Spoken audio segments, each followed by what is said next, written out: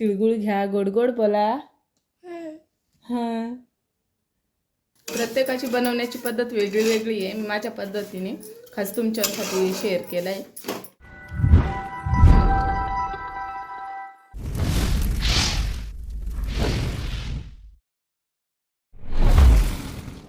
जय मल्हार. सुप्रिया सूरज ब्लॉगमध्ये सर्वांचं स्वागत आहे. आणि आज मकर संक्रांत आहे. मकर संक्रांतीच्या सर्वांना खूप खूप शुभेच्छा. आणि असं सपोर्ट करत राहा, खूप बरं वाटतं. असे सण आपण एकत्र साजरे करू. आणि आज तुमच्यासाठी काहीतरी छोटंसं सेलिब्रेशन करते मी. ते गोड मानून घ्या. आणि छोटीशी रेसिपी मी तुम्हाला आज दाखवणार आहे. आणि संध्याकाळी पण मी काहीतरी स्पेशल बनवणार आहे. आणि आता मी तुमच्यासाठी सर्वांसाठी काहीतरी बनवते. ते तुम्ही बघा मी कसं बनवते. मी आज बनवणार आहे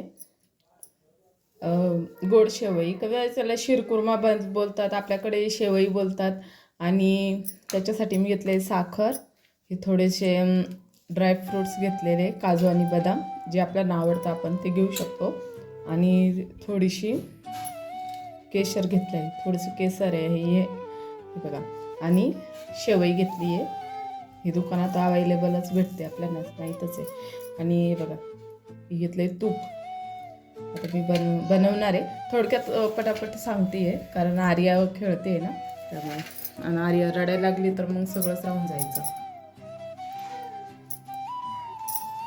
तर कॅमेरा ठेवायला जरासा प्रॉब्लेमच येतो ना, त्याच्यामुळे पकडायला.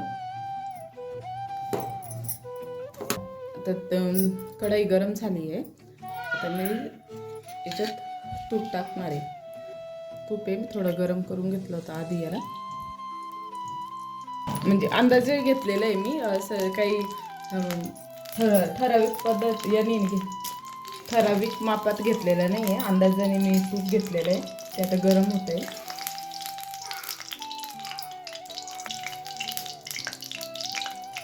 त्याच्यात मी आता टाकणार आहे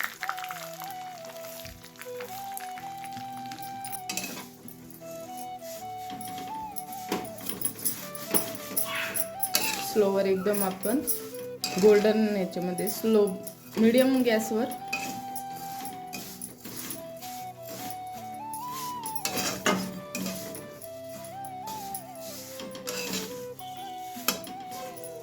एकदम असं गोल्डन कलर येईपर्यंत भाजायचं आहे.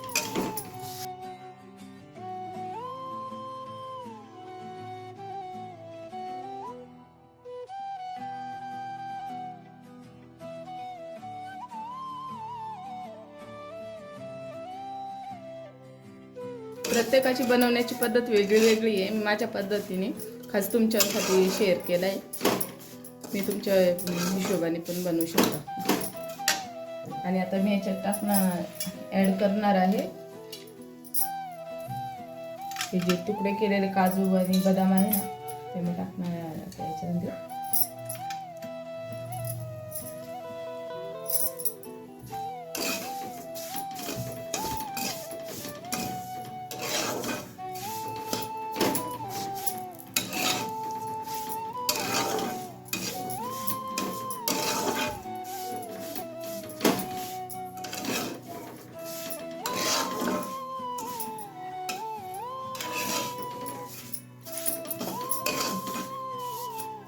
तुम्ही आधी जे काजू आणि बदाम आहे ना, ते अगोदर पण थोडेसे परतून घेऊ शकता. पण मला नाही करायचं, कारण ते त्याची चव अशी कडवट लागते ना, त्याच्यामुळे मी नाही करत त्याच्यात. मी याच्यातच थोडेसे असे फ्राय करणार आहे.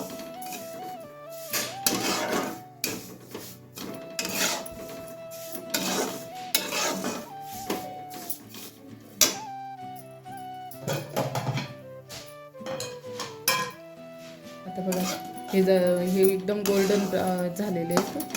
शेवई पण गोल्डन झालेली आहे. आणि त्याबरोबर आपले ड्रायफ्रूट्स पण जरासे परतवले आहे मी. आता मी याच्यात ॲड करणार आहे दूध. दूध पण आपण आपल्या अंदाजाने, आपल्याला जर जास्त पातळ म्हणजे जास्त दूध न टाकता बनवायचं असेल तर मला जे मीडियमच बनवायचं आहे.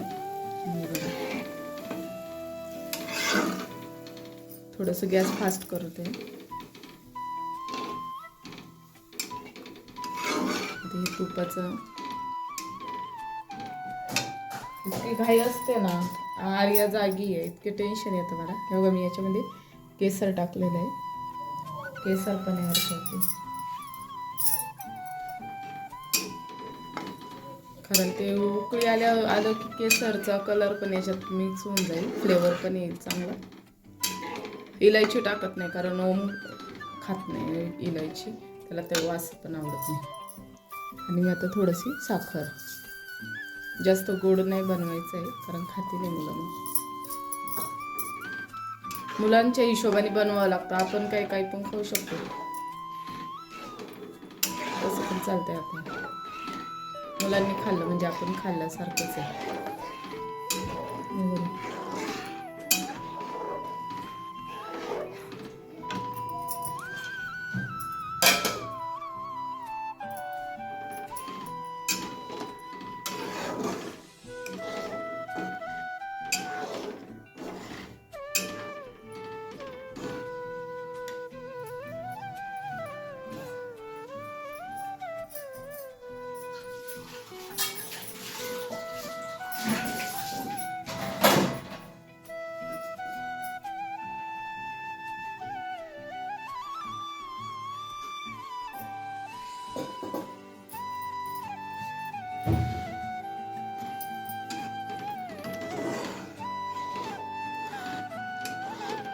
आता मी चम्मच पण घेऊ शकले असते, पण ते कसं आहे आपल्याला फ्राय करायचं असतं ना, ते चम्मचने फ्राय नाही करते. आता मी चम्मच घेणार आहे कारण मला ते वाढायला पण सोपं पडेल.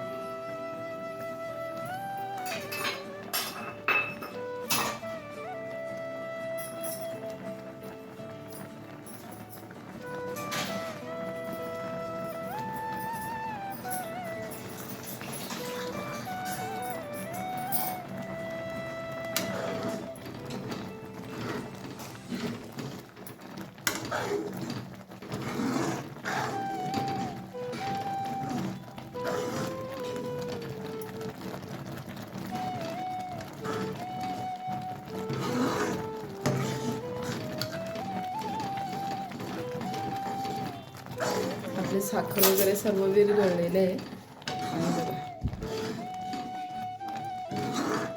आपलं नाग जर पाहिजे ना तर आपण अजून पण दूध ॲड करू शकतो कारण दूध कमी झालेलं आहे.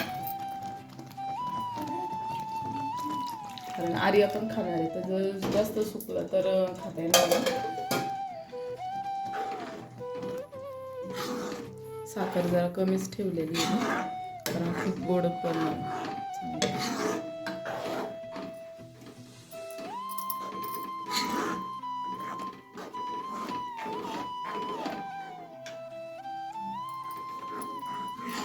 आपले झालेले आहे.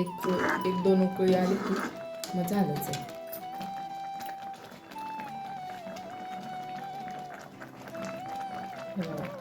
थोडंसं शिजून द्यायचं कारण हे शेवई शिजली पाहिजे की नाही, थोडं शिजून द्यायचं. तोपर्यंत आपण बोलू. आणि बघा आमच्या घरात आर्या काय करते. आर्या बघा,